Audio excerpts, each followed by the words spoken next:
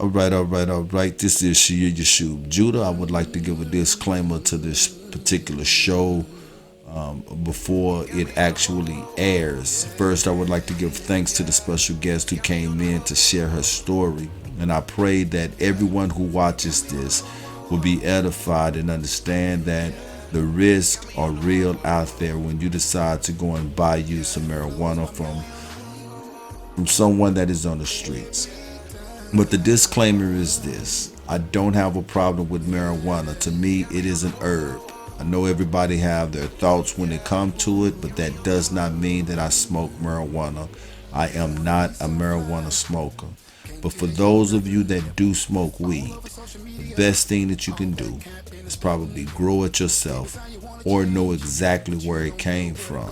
So with that being said, let's listen to this show and let's get edified and let's give all praises to the Most High that this young lady made it through on the other side and she learned from her experience.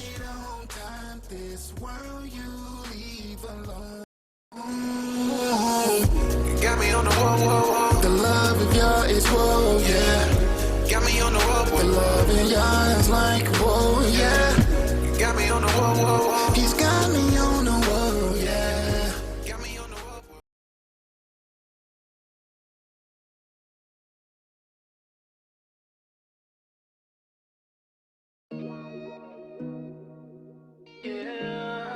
It's all unraveling. It's all unraveling.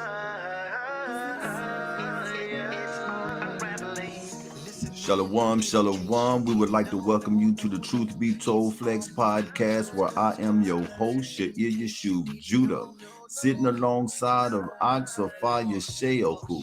We're going to do it like we always do on every day that the Greeks call Thursday. We're going to have ourselves a great show. And if you have not done it yet, I ask that you would take time out and subscribe to the show and also hit that like button.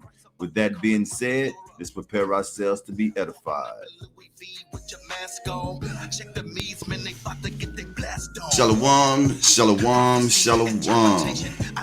I would like to welcome you to the Truth Be Told Flex podcast, and I am your host, Yeshua Judah. Today's show is going to be a little different. This is going to be a show of awareness. We are not going to get into news the way that we normally do. We're going to talk about something that I feel like is very important. Before we get into the show, I do have a little bit of something from a health handmaid of North Fork that I want to read. And I also have a little small 24-second video clip that I would like to show as well. And today we also have a special guest that is going to come in and share her story with us as well. That's going to help us out with this show. So for the next hour, hope is going to be lock packed. We're going to have a good time. We're going to talk about something. Then hopefully we'll be able to help a lot of people steer away from these things. So the first thing is this: is when it comes to marijuana, one thing that I know is that marijuana is something that when it comes to us and our people, it's almost cultural. We are probably some of biggest weed smokers that are out there, and that's not a bad thing. Anybody that know me know that I have absolutely no problem when it comes to marijuana. But as I was sharing with our guest, and being 48 years old, I remember a time where you can go and buy your marijuana from the local weed guy on this side of town or on that side of town, and you pretty much knew what you were going to get. Nowadays, it's not like that. You have GMO marijuana, you have marijuanas that don't have seeds, and you also have marijuana that is laced with other things other than marijuana. And the sad thing about this is that a lot of the people that are buying these things do not know what they're doing. So this is what this show is going to be about. It is an awareness show about marijuana that was laced with fentanyl. And fentanyl is an opiate, if I'm not mistaken. And this is what it says in this article here. I want to bring this up. It says people may not be aware that they are consuming it as it can be disguised as other drugs, fentanyl that is. As little as a grain of fentanyl is enough to harm or cause you to overdose. It says all opioids, prescriptions, and non-prescriptions have a risk of an overdose. And that's one of the beautiful things about marijuana to me is that marijuana actually, real marijuana don't come with side effects, neither does it come with a case of you overdosing. You can get so high that you might feel like you'll overdose, but you're not going to overdose. These are some of the symptoms in case something like this happens to you. It says signs of opiate overdose will be persons can't stay awake, slow or no pulse, slow or no breathing, gurgling, skin looks pale, gray, blue, feels cold, and pupils are pinpoint or eyes roll back. Body is limp, will not respond to noise or stimulation. These are signs of an opiate overdose. Okay. So, to let it be known that these things are happening, on a national level as well, I would like to share this little news clip, and then we're going to get right to the reason that we are here. And this is not going to take long. Like I said, it's only about 24 seconds. And we would like to thank the young lady that is coming to share a story with us as well. So here we go. This is the video clip. 11, a warning from the State Department of Public Health about marijuana laced with fentanyl. Health officials say they have seen a number of overdose cases in recent months. That includes a string of them in Oxford early this month. Since July, there have been 39 cases of overdoses across the state relating to fentanyl-laced pot. All right. So we see that this is something that is on a national level here. So with that being said, I would like to welcome to our show the young lady who chooses to remain anonymous, but she can also give us some insight about what's going on. So without that being said, how are you doing? Hi, I'm doing good. How are you? I'm doing great. I'm doing great. And like I say, I would like to thank you as well for coming and sharing your time with us. I know time is something precious. It's something that you can't get back, but obviously you saw the need as well that we needed to, get this awareness out there to our people. Very much, very much. One of the things that I noticed when I was studying this is that this was something that happened heavy in Connecticut. It seemed about every article that I read and every news clip that I was coming around, it was something that was happening in Connecticut. But me being, thinking the way that I think, there's no way that this could only be happening in Connecticut as much as they're talking about it. You yourself, you're not from Connecticut, am I correct? No, I am from Florida, but the incident, when it happened, I was in North Dakota. You was in. Okay, so was that something that was happening a lot in North Dakota? Where you from?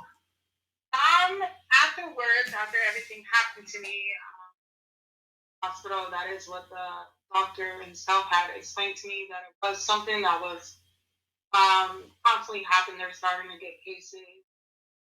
It's like when I went directly in there, they already knew what it was. So they kind of had already seen it previously, like just repeatedly happening. Okay.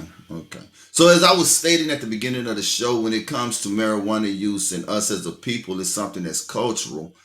We talked about this a little bit before the show, but if you don't mind sharing it with the people as well, were you what one would consider a chronic smoker before your incident?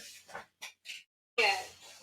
Yeah, I grew up, well, I hate to say grew up with like a, started out smoking, all my friends, so it just came like very constant every morning, every night, to the point where it was just like, I had to smoke before I ate. I was like one of those, like I just had to smoke to go to certain events. I was very reliant on it. Just yeah, very much. Okay. You used a word that I've never really heard someone say before. Would you say that you was addicted to it? Because I know people that smoke like, every day. But I don't necessarily I was a huge smoker, you know what I'm saying? But I never thought that I was addicted to it. maybe mentally. What you say? Yeah, I think it is mostly, well, any type of addiction. Well, not most addictions are mostly.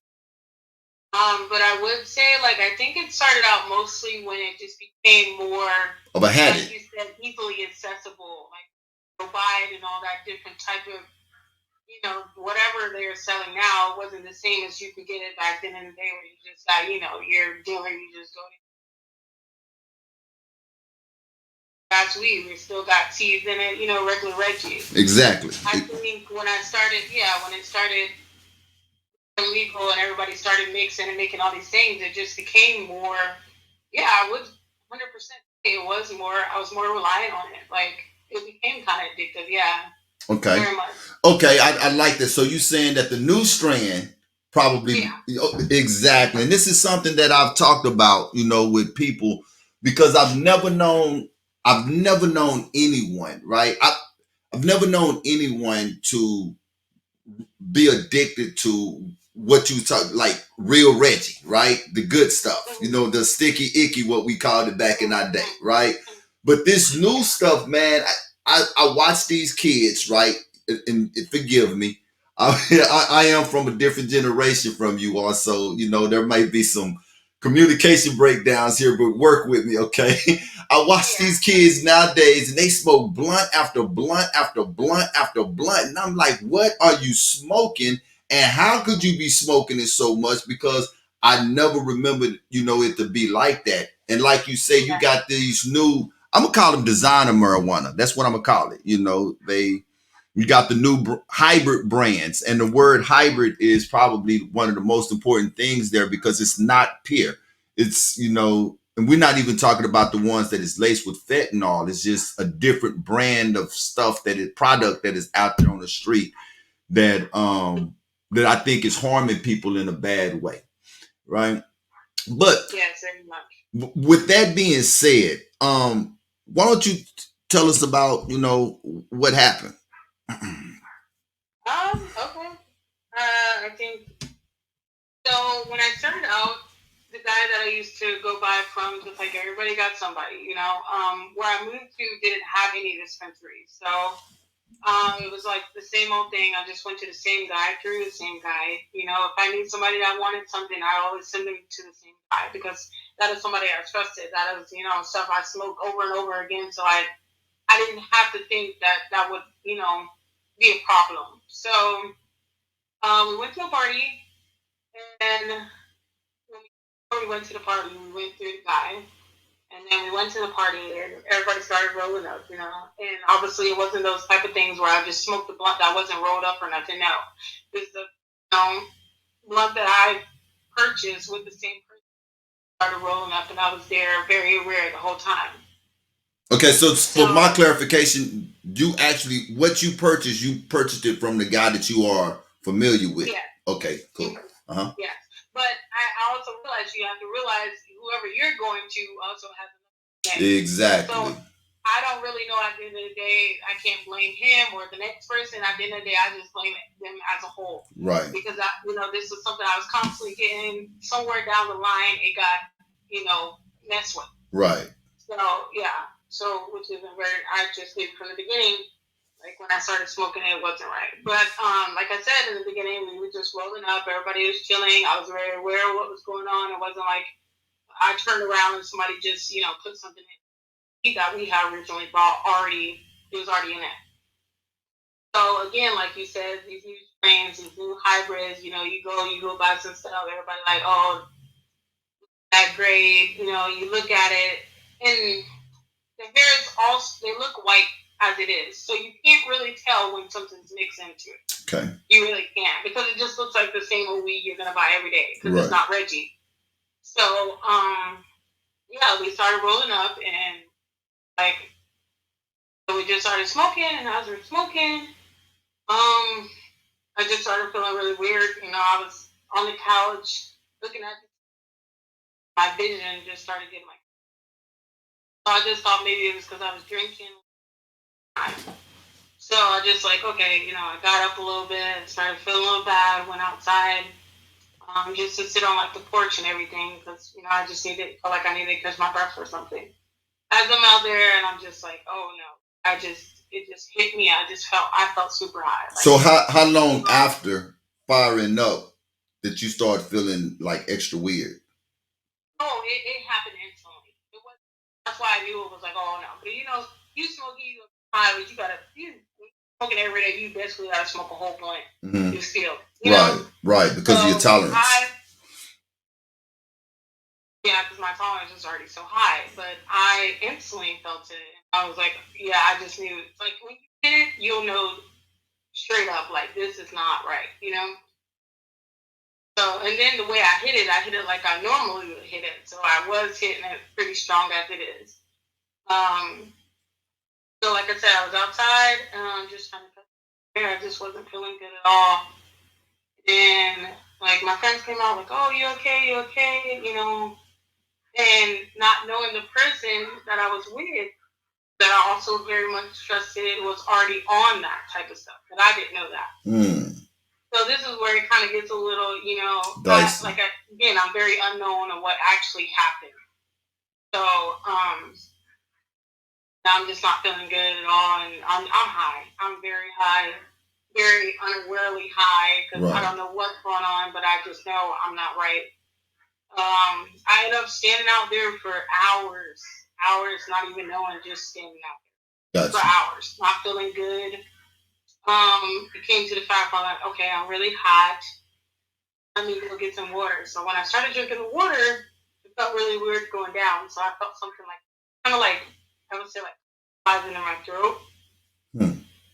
So it just felt like I had to cough. But every time I cough, it's like I could feel something coming out, like I don't know, like little grains or something. I don't know. It was really weird. And I just knew I wasn't right.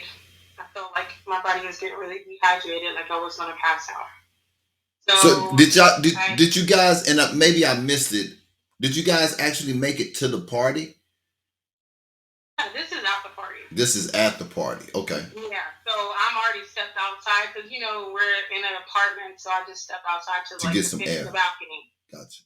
Everybody's already inside. Mm-hmm. Yeah, I'm just outside. Everyone's like, "You okay?" I'm like, "I'm good," because at this point, I feel like maybe I'm just like, over exaggerating. Tripping a little bit, but I don't want to like overreact. Right. So I didn't make a big deal until like I really started feeling like, okay, that's out right now. Like something's not right. My heartbeat is like, I am like through the roof. I just feel really warm inside. I just feel, I don't know. I can't explain it. Like obviously I'm high. So with the other people that you were with, you say one of them was already, doing these types of things. What about the other ones? And what was their side effects? Were they feeling the same as you was feeling, or? So I feel like the party that I went to was his ex. So I feel like the party that I was already at, because we didn't all share blunts though, because we're at a party, but it's like, obviously like 50 people, we're not all gonna share a blunt. I'm one of those people like I don't want. I don't like nobody touching nothing that I'm a smoke or I'm a drink. Right. So it was a blunt between three of us. Okay. So the other person, I don't know. The other person really didn't have side effects, but she just said this. Okay. And the other, like I said, the other person, they already have that high tolerance and stuff like that. Right. So they were just fine. But I just felt like it really hit me, really, really bad and really, really fast. Gotcha. Yeah. So did you have to go to the hospital? Yeah. After I said, I felt like water wasn't helping. I couldn't keep water down. So every time I went in my throat, I felt like I had to like squish it out and like spit it out because I felt like something was crystallizing in my throat. Like I can feel it coming out every time I do that. So water I wasn't taking any. I felt like I couldn't swallow it. So I was very dehydrated at the moment since I did drink a little liquor before that. Right. Yeah.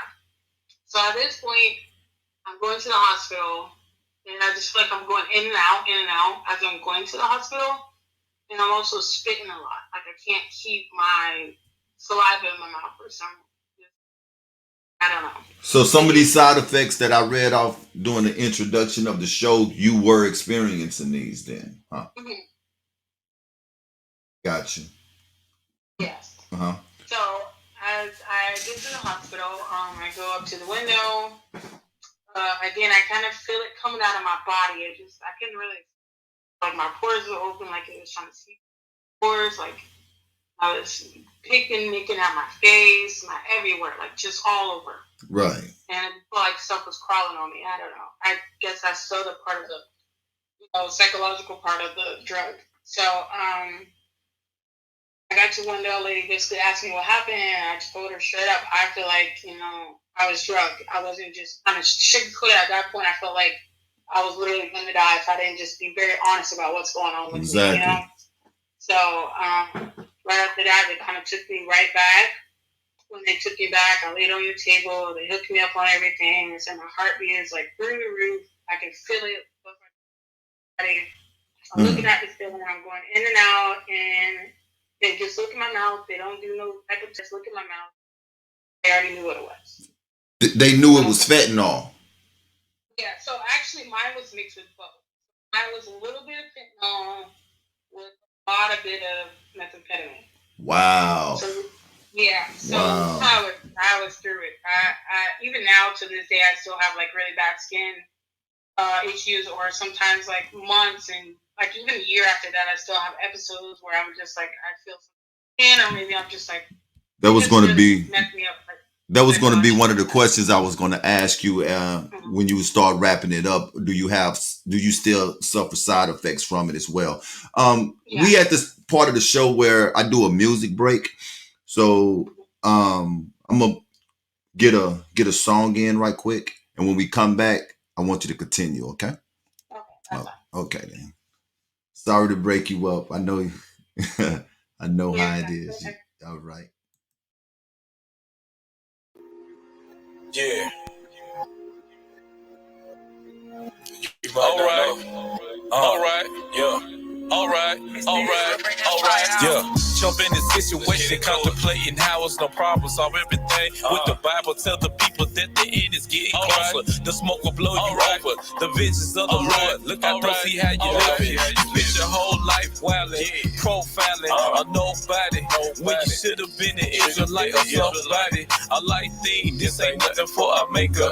May the Lord save you, may the Lord keep you, may the Lord bless you. May He show you how to be enlightened, take you to a schooling and show you about His laws. Turn you to a changed man, a made man, a just man, adjusting to the holy land. Don't start nothing, then it wouldn't be nothing then. Let me tell you what you're dealing with.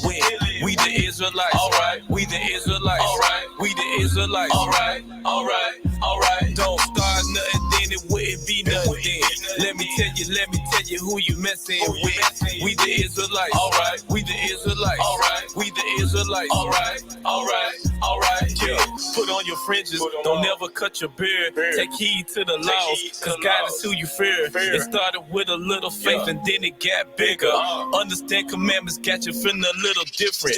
Pressure bust price, feel the pressure, stop sinning. A humble and beginner, start reading the book of Genesis. A stumbling block for memory, but the chosen got the remedy. Reading through the book, got you feeling like it's history. Read about the ships and now you feeling that it's meant to be a parable. I know it's shareable, something that's memorable. Literally the spiritual, curses for a visual. It's a breathtaking feeling when you find out you're Israel. Don't start nothing, then it wouldn't be nothing then. Let me tell you what you're dealing with.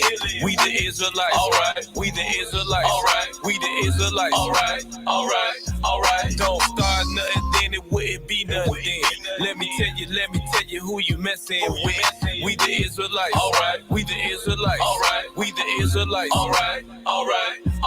Yeah, Sabbath coming in, got everything before the evening. My hands stay knocking to Israelite music. Studied session last night and it was off the heat. Brothers in the spirit saying thank you, Jesus. Simplicity of Christ, but the flesh won't make it easy. Test me before you bless me a different season. We trying to rule the world so they gon' charge us for treason. No reason for the panic, the spirit automatic. Our righteousness should always make the sinner feel the tension. The acts of the apostles, can you keep a secret. I see this like a movie. Catching the suspense, we're catching their attention. We're raising the suspicion. Don't start nothing, then it wouldn't be nothing then. Let me tell you what you're dealing with. We the Israelites, alright. We the Israelites, alright. We the Israelites, alright. Don't start nothing, then it wouldn't be nothing then. Let me tell you who you messing with. We the Israelites, alright. We the Israelites, alright. We the Israelites, alright. Yeah.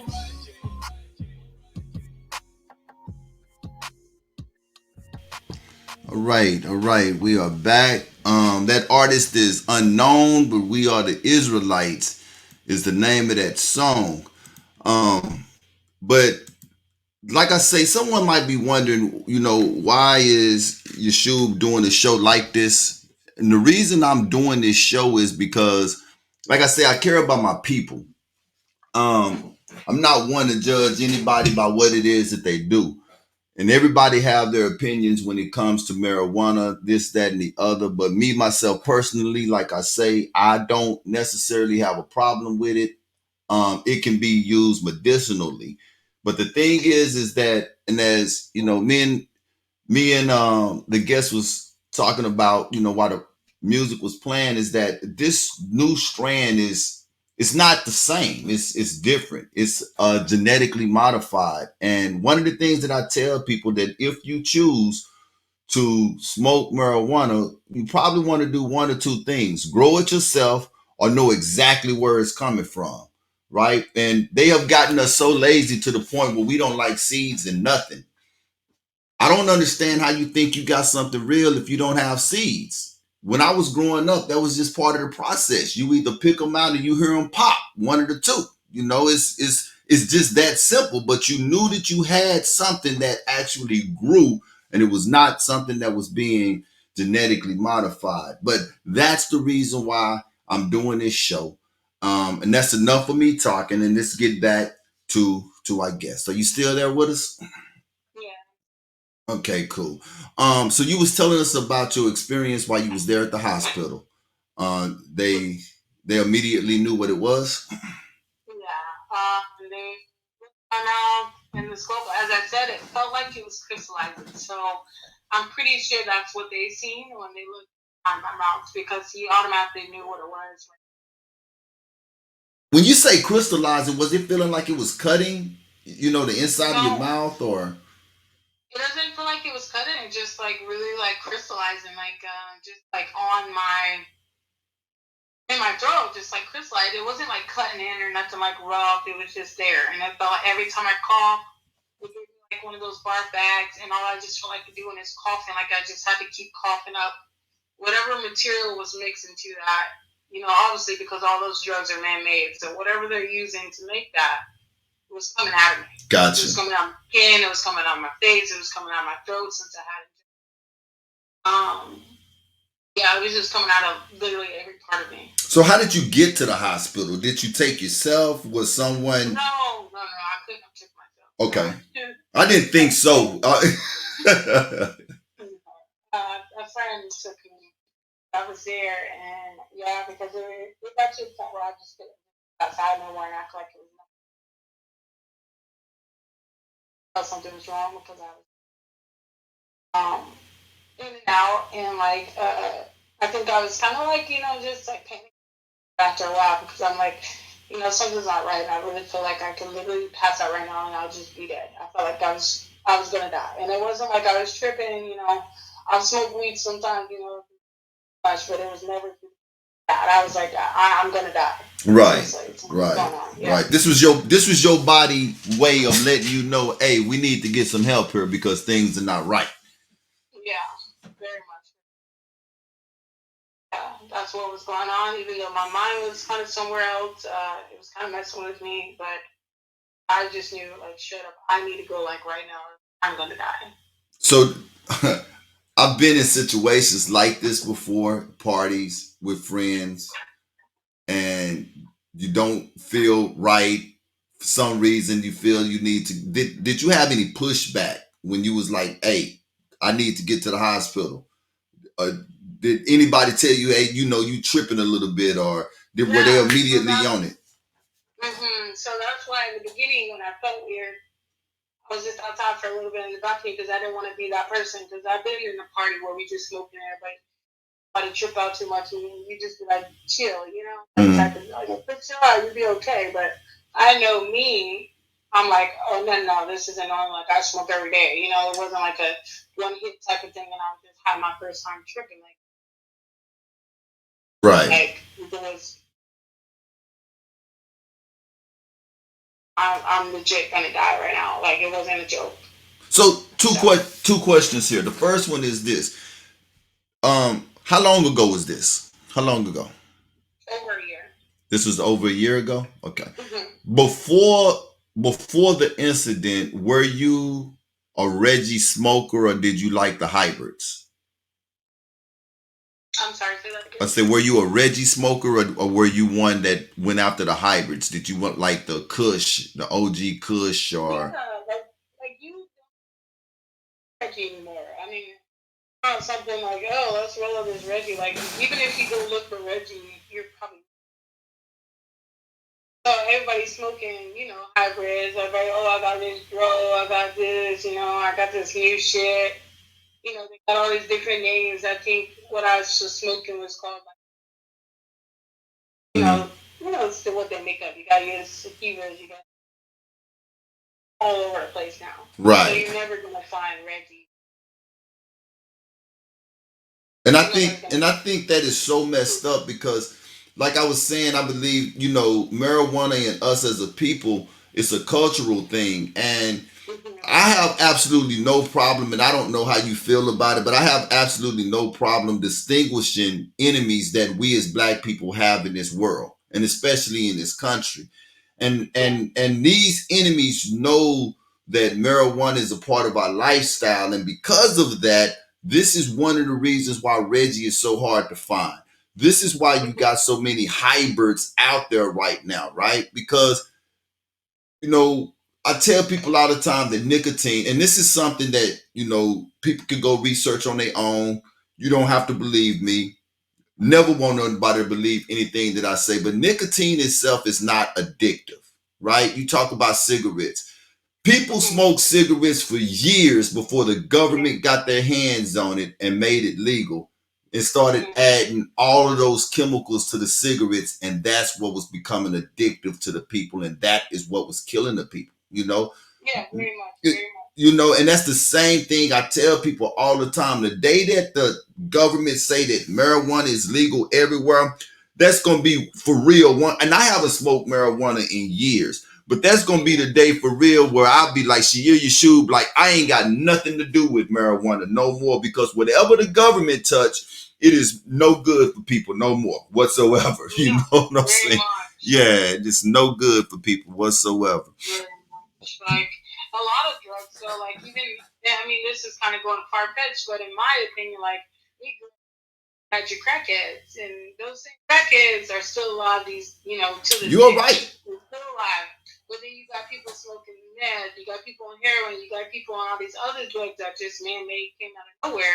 Well, other than heroin, you know, heroin is a plant, but methamphetamine, you know, or fentanyl, all that shit just coming out of nowhere, then it's just dropping people. Yeah. The first time they do it. I know an old school white guy who was a truck driver from the 80s, from the late 80s to early 90s. And anybody know anything about truck driving back then, they used to be on what was called crank, which was nothing more than speed, right? And this is to go exactly with what it is that you're talking about. This guy was sitting down talking to me. He said, man, this stuff that they call you just said it, meth. He said this stuff that they call meth today. He said that this is not no meth. He said, I don't know. He said they just carry the name of meth. He said this is junk. He said they got Drano in it. He just got the name of all rat poison. He just got the name of all kind of. So he said back in my day, he said we used to take that crank and all it did was kept us up for 3 days. We can make our money. He said when we slept, but you know it was nothing like collaborating on what you're saying. It was nothing like it is, you know, with this stuff that they have out today, you know. Yeah, and he's very much right. Like I said, when I got the results back, since the methamphetamine was in my system, I did stay up for like two days. Okay. I want to say, because there was so much in my system at one time. You lost time then, huh? Oh, I was out. I would never, even to this day, like I said, I don't judge people, but even if you're going to smoke weed, you can't even do it by me. You can't even be in the same house as me. I just don't. It's just like, they just ruined it for me. God, and that was going to be my next question. What is your thoughts on marijuana now? I'm absolutely, I just, even if they were saying, hey, I got some Reggie, I see the seeds, I'm so bad mentally, I don't want it. Yes, I I don't mean, want to be around it. I don't want to smell it. Nothing. that's smart. And the reason why I say it's smart, because, you know, even with a show like this and me knowing my people, and this is one of the main reasons I wanted to do this show, because I'm sure you know as well as I do, if not more, we could tell our people as many times as we want, or as many times as you can, that, hey, this stuff is not good for you, this stuff is not right. They're going to continue to do it. And they're going to, yeah, they're going to continue to do it, and they're going to look at you like you crazy, and they just going to wave it off like whatever. One of the main reasons I wanted to bring you to the show, so you can share your experiences, so that we can see that this is real. This is very real, and it's not like I'm not an older person. I'm 24 years old. Like, this is people in my generation that this is going to. Like, this is affecting us, because like you said, during your days, you had so many, got that one person you go to, everybody know. Now it's so many different resources where it's just so much more of a problem that's affecting so many. They're just not realizing it because it's just so easily convenient. Exactly. Exactly. Yeah. And like I say, no one could tell me any different. I believe that it's all by design. I believe that it's all by design, because how is it that we have literally thousands upon thousands of black men right now rotting away in jail, in prisons, not jails, in prisons across this country over marijuana, whether it was marijuana use or whether they were selling marijuana. Now, all of a sudden, you got certain states where it's legal in that they making stuff in chemicals, in labs like everything else, right? And everything is so readily accessible, but the real deal, right? That what is real, that which grows of a seed of this kind, cannot be found. You tell me that that's not by design. And when you look at it, you got people, like they having chronic asthma attacks now, people, chronic weed smoking, and all they smoke is weed, supposed to be weed. They having breathing problems, lung problems, and all kinds of things. These things have never been when it came to marijuana. No. Yeah, and then now they're getting you see people act more addicted towards it. Be like moms, yelling at the kids when they don't smoke. Crazy. They jonesing. Because it's very addictive now. Whatever they're putting in it is. There's not one person that I know right now. If you tell them, I know a couple of people like, hey, I can get you this job. People that don't have a job, like, all you gotta do is start smoking, like, oh, fuck that, Yeah. Oh, sorry. Excuse my language. No, you're fine. They don't even want to take, get clean because they can't stop one day to smoke for a job, Right, exactly. And it's so sad. And I hate to sound like the old grumpy man here. That's what my kids call me too. Dad, you just old. I didn't get this age, you know what I'm saying, by accident. You know what I'm saying? I did not get here by accident. I have experiences, and I look at the generation, and though I talk about, the younger generation, it's never out of a dislike. It's always out of a hurt when it comes to me, because my children are in your generation. My oldest is 26, right? My youngest is 17. And so, I look at the things that are going on, and I can't save them from it. All I can do is just tell them. And for someone your age to come on and share what has happened to you in real life, if people can't see that you are gambling with your life when you were messing with things that are not real, I don't know what else that I could tell them.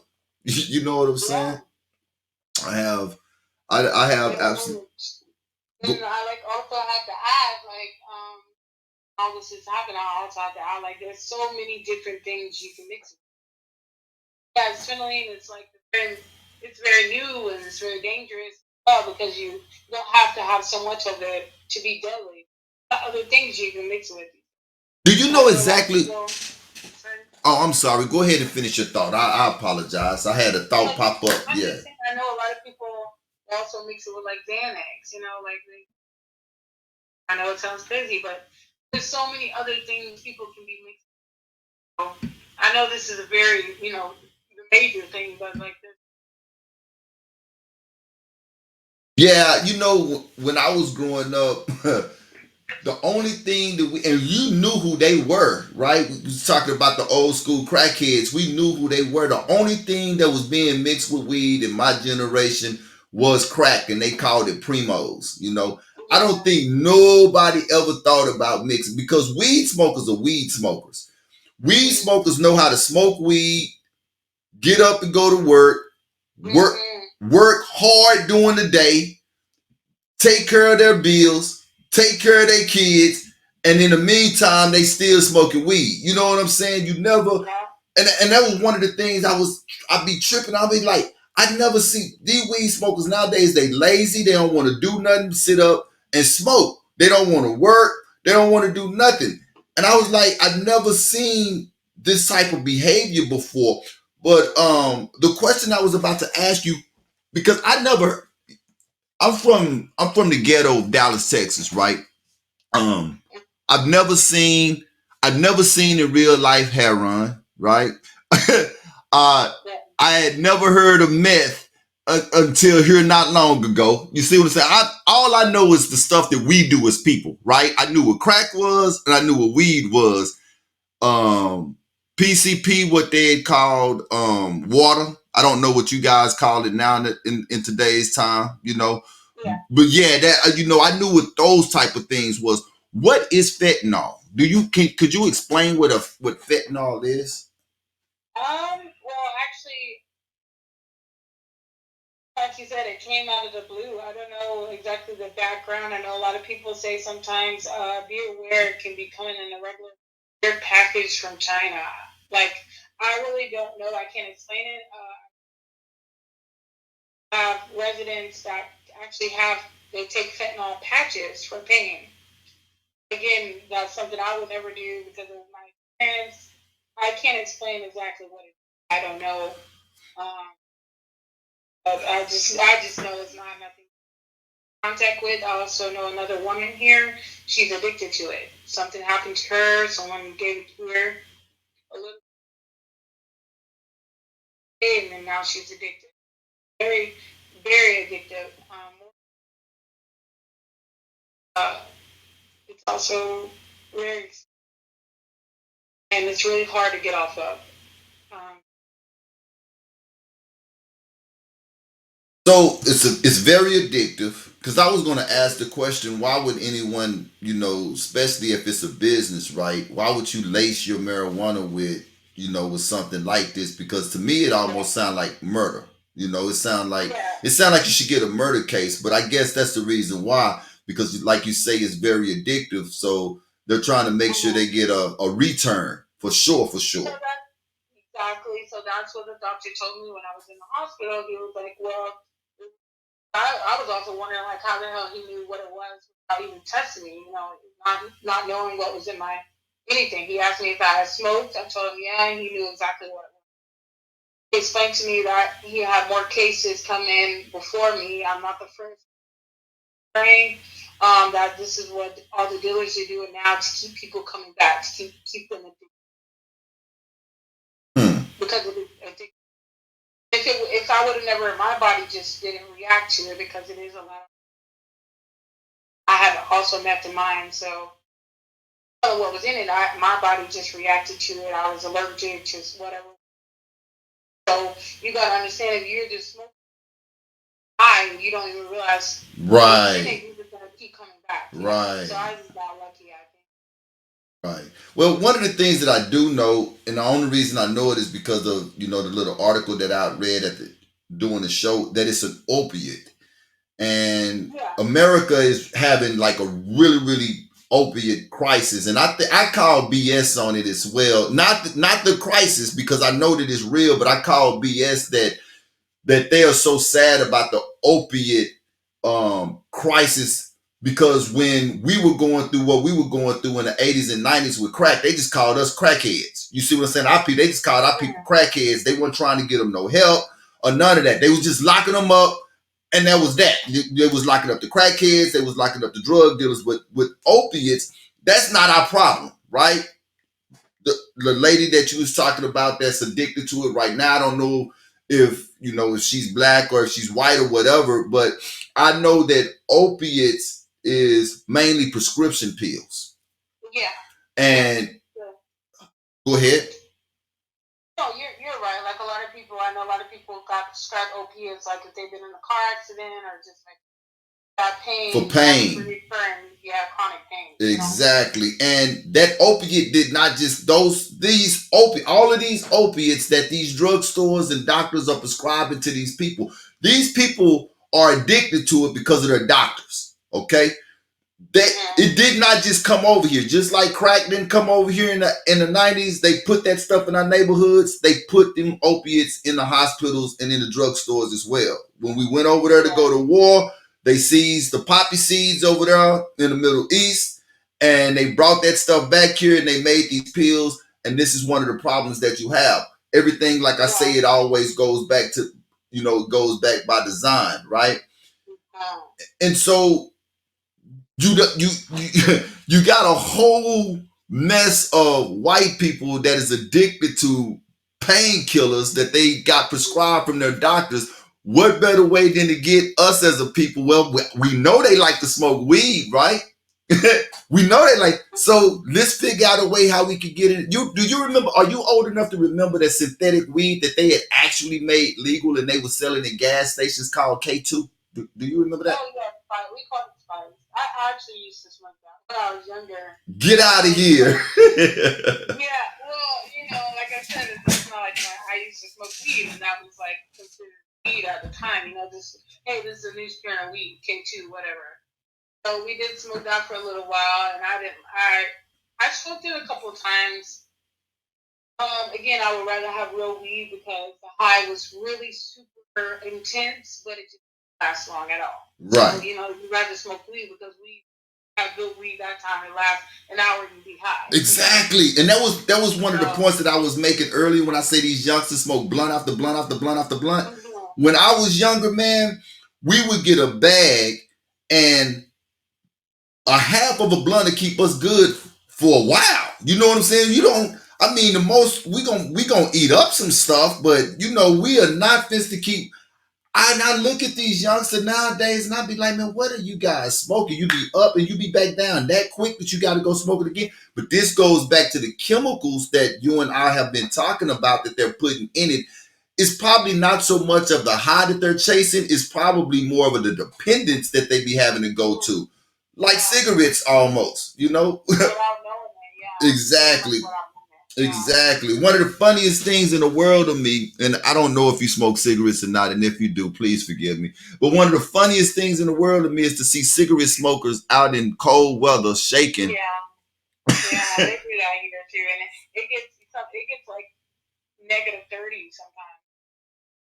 You can't be outside more than 5 minutes, and like you see these people like literally shivering in their car with their window cracked just to smoke a cigarette. Just to smoke a cigarette. I'm sorry. I know I'm gonna go to hell, but yeah. That's how it is. But like you said, you're going back to the opiates. Doctor prescribes the opiates for pain. Then when you run out of that prescription, you don't have that write up to go back and get more. So this is how it works. They give you the opiates. After you can't get no more opiates, you go to the street. What's the next thing? The opiates. You got heroin, which is the same thing. So you go on the street, now you're on heroin, and when you can't afford the heroin, like you said, fentanyl is this. Right. So that's how this cycle keeps going, yeah. And they're just, because they start you out getting addicted from the start. Right. This keeps going on and keeps going on, but now it's just a little bit more, not even a little, a lot more dangerous towards you, very Right. much, and very much addictive, very faster than any other drug. So after that night, do you still deal with that circle of friends that you was with that night? And I'm asking No, for a reason. Not oh, you don't no. deal with that circle at Oh, all? it's so extreme for me, like that I just cut everyone off completely. Pointing fingers because I don't really know where it ended, where it started. You can't really figure out that. That's the problem. Even with the whole police force, everybody, when it comes down to it, you don't know where it's coming from. You don't know what started, who's getting this. So for me, it was just best just cut everybody off. Right. I just was like over it because I may not have known, but because I was again the only one that reacted to it. I've always heard that experience is the best teacher. Yeah, it is, and sadly, that is the case. I honestly hope nobody goes through it, but like you said, you have to go through it to be like, oh, I would never want to do that again. I've been explaining it a lot of times to people that smoke, and they're like, oh, well, I know where I get it from. I'm like, well, I do too. I knew where I got it from for years. It wasn't like I just met him, through somebody, and I was going through him for a week. No, I knew this dude. I chilled with this dude. We smoked together a lot of times. Well, one of the things that you said earlier is that is so very important is that this is who you get it from. Yeah. But I know from experience as well from a previous life that I've had that who you get it from got to get it from somewhere. Yeah. And who they got it from, they had to get it from somewhere. Mm-hmm. You see, so you never know what happened to the product, coming down that line.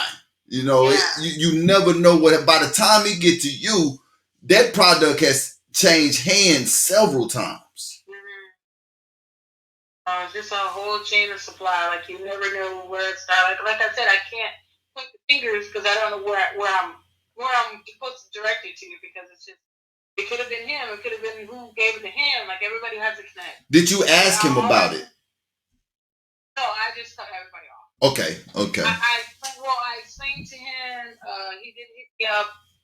I think like the next day, but see, I was still in the hospital, so I didn't have time to go block everybody, and because every time he gets something new in, he just hit everybody up, like Snapchat, whatever. Everybody hit each other up when they got a new product. Right. So he's like, "Oh, I got this new shit called crazy name they come up with." Right. After that, I was like, that was the last time I seen him or said anything. I don't know what you gave me. I don't know.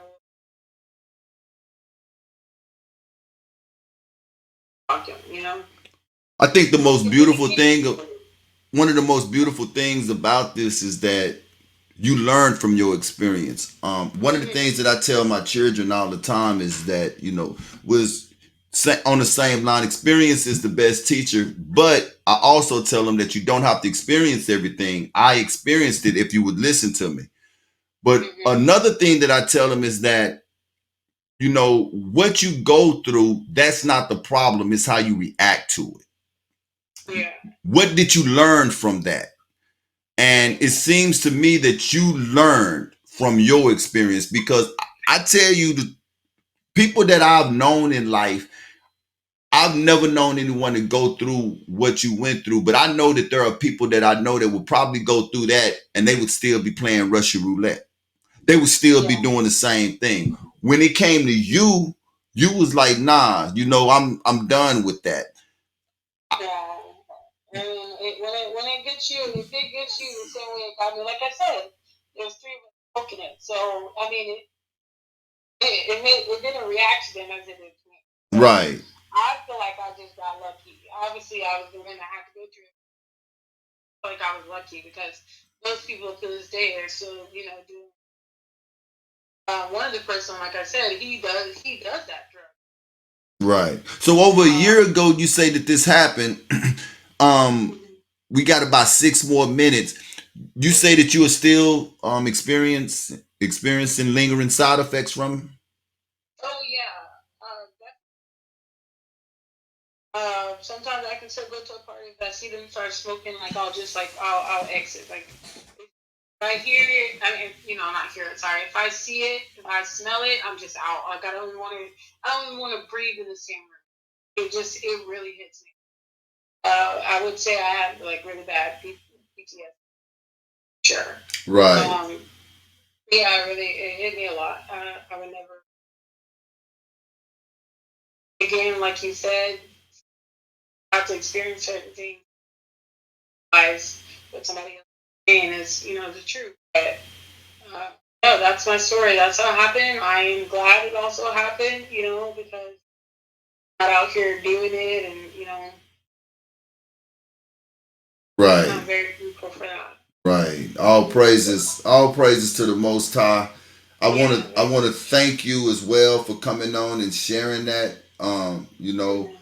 We all have a story, right? And how can your story help someone else is the $1,000,000 question.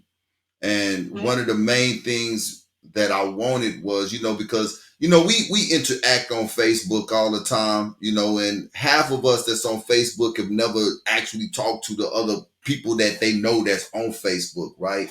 And it's you can ring this bell and yell from the mountaintops as loud as you want. And the only people that's going to hear is the only people that have ears that's going to be able to hear, because everybody is not going to get it. So, with that being said, I really do appreciate the time that you have spent with us here at Truth Be Told Flex Podcast. And, we're grateful that, that you you made it through. And very much. Yeah. And not only did you make it through, you learned from your experience, And I want to make one more note as well. Right now, we going through something that they call a pandemic, and they got so many people scared about getting sick. If this young lady did not get sick, she never would have known what was going on with her. Getting sick is not a problem. Getting sick sometimes is a good thing.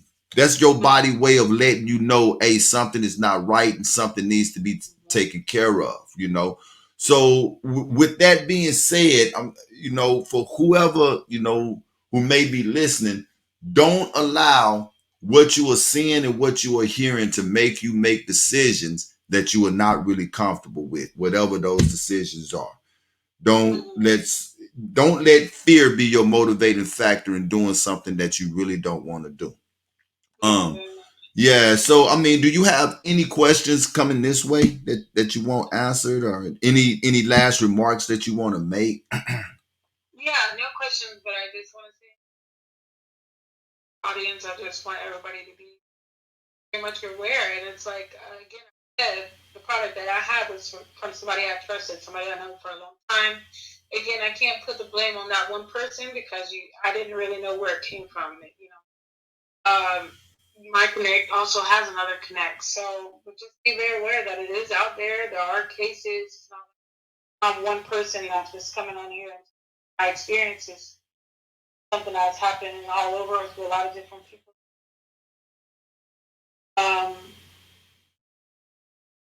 Somebody is telling you something's wrong. Just something.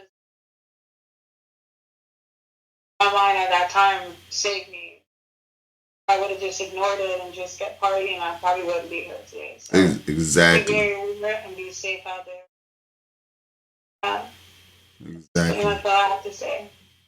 Well, we thank you. We thank you, and hopefully that this here will resonate with some people that are out there. I don't care what nobody say. I don't even deal with seedless grapes, seedless watermelons. I don't deal with them because life is in the seed. And my thing is that if it don't have a seed, how can it be real? You know what I'm saying? So, you youngsters, you babies out there, man, I love you. And I want to see you survive. That's one of the reasons I do what it is that I do. I say a lot of stuff on Facebook. I do a lot of stuff, you know what I'm saying? But I always come from a really solid place. And that solid place is called love. Remember that the dragon was wroth with the woman and he went to make war with the remnant of her seed, and we are that seed. We got to stick together as a people. We are the most talented, the most beautiful, the most strongest, the most mentally strongest people that is in this earth. And they know that. And this is why they have waged war against us. So, you know, listen to this young lady's experience and ask yourself, is it worth it? Because you never know when that might be the last time. You never know when you might come across something that is not right. And one thing that we don't need is more mothers crying because they have lost their babies. I am Shir Yeshub Judah. I would like to thank you for tuning in to the Truth Be Told Flex podcast. And we would like to thank our guests one more time. And we will see you the same time next week. With that being said, Shalom.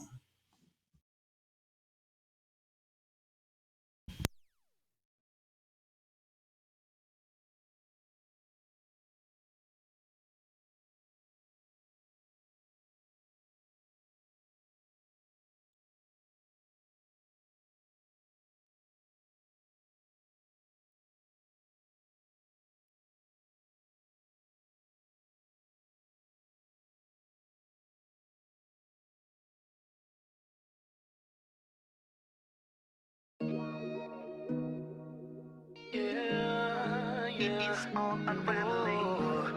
It's all unraveling. Listen in case you didn't know, no. It's almost getting close. In case you didn't know. This has been real. We would like to thank you, and we will see you at this same time next week.